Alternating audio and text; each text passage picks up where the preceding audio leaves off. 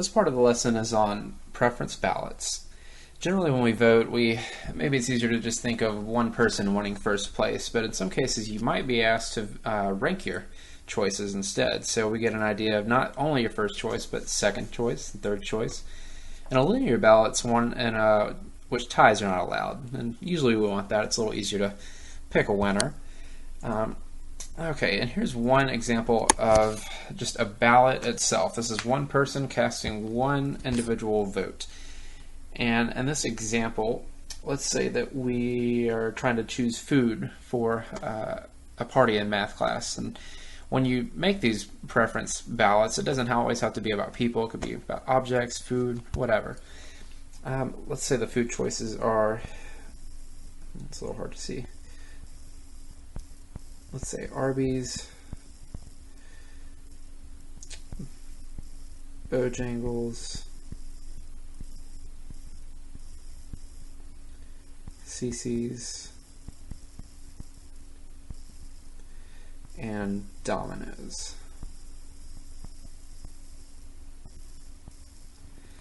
Okay, so these are our 4 restaurants. We'll just call them A, B, C, and D for short. Let's say I'm a student casting a vote, and my choice is I prefer Bojangles the most, followed by a Domino's, then Arby's, and then CC's. Okay, so that's one vote. I prefer Bojangles the most and CC's the least out of those choices.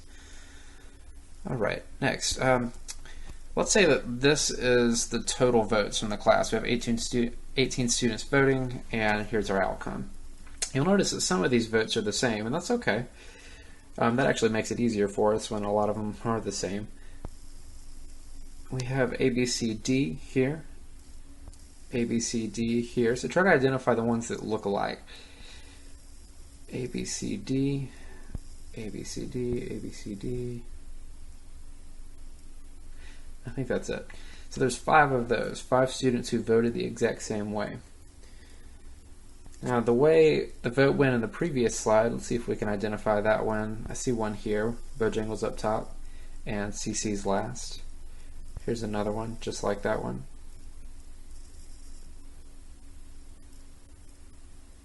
Now there's only 2 for that. Okay. Let's try to organize these. So CBDA, CBDA, CBDA, CBDA, and CBDA. Okay, 5 of those as well.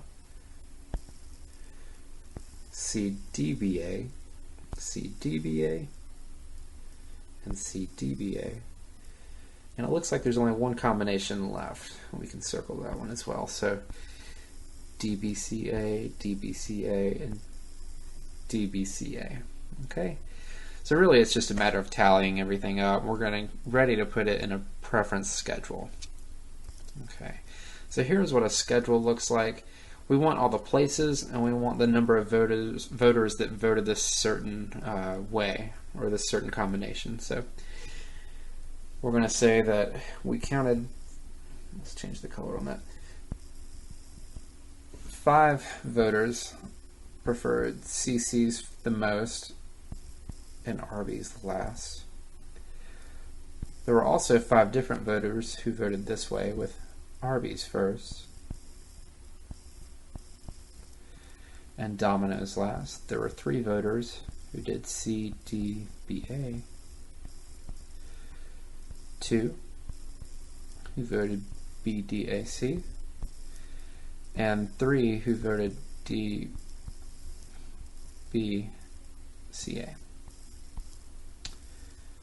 Okay, and these numbers here, this 5, 5, 3, 2, and 3, they should always add up to the total number of voters.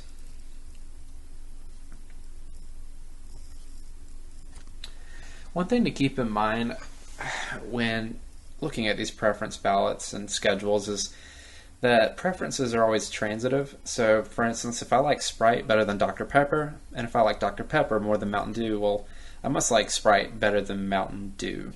If you look at the picture on the right, even simpler example, if I prefer candidate C to candidate B, and I prefer candidate B to candidate D, well, I must prefer candidate C to candidate D.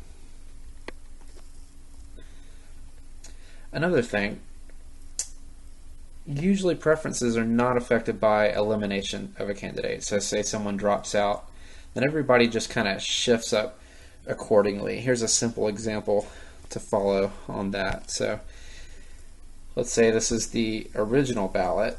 Okay, so the people chosen were C, B, D, A in that order. And candidate B drops out of the race for some reason. Well, everyone just shifts up. So D, who was in third place, goes to second, and A, who was in fourth, goes to third. Here's our first main example. How many people voted in this election? So we have three combinations of votes. So 51 people preferred A, B, C, D, E in that order.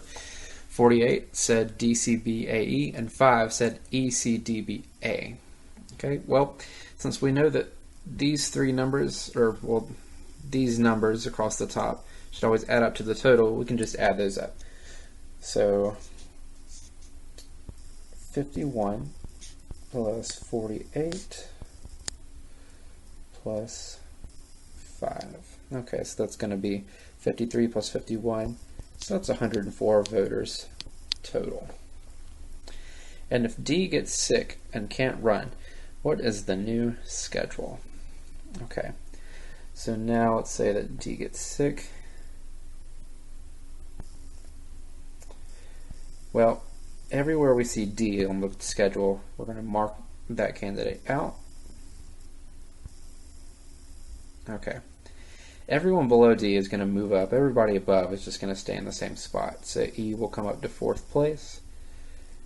This whole column, the second column, is going to have a major change. So C will now move into first place, B in second, A in fourth, and E in fifth. Okay, and on the third column, B will move up and A will move up as well. And now there's only 4 candidates.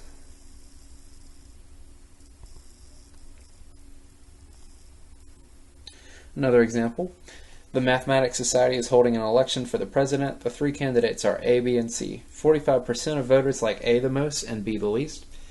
30% of voters like B the most and C the least. 25% of voters like C the most and A the least. Write out the preference schedule for this election. Well, we don't really have any numbers for this, but that's okay. We can still just write the percentages across the top. So we'll write 45% for this one. So 45%, let's look at the wording of that. Like A the most. So A will be on top and B the least. Okay. 30% like B the most and C the least. Oops, sorry, I forgot to put C in the middle here. So 30% like B the most and C the least. It means A would have to be in the middle. And then 25% like C the most and A the least. Okay, and there's our schedule. Last example. In an election involving 6 candidates, what is the maximum number of candidates possible in the preference schedule? Okay, so, sorry, columns. What is the maximum number of columns possible? All right. Think about it. If we have 6 candidates, well, there's 6 possible people that could be in first place.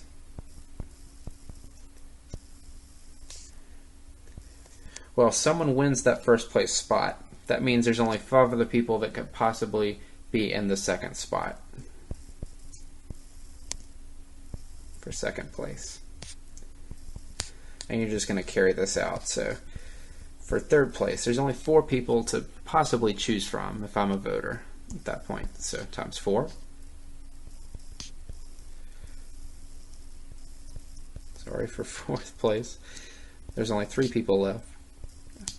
And you get the idea by then. So for fifth place, times 2, and then for sixth place,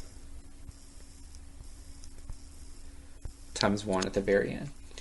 On the bottom right corner, you'll notice there's a little symbol. It says n factorial, where n is the number of candidates, and factorial is really just multiplying by all the whole numbers down to 1. So really all this is 6 factorial, which is 6 times 5 times 4 times 3 times 2 times 1, and that should come out to be 720.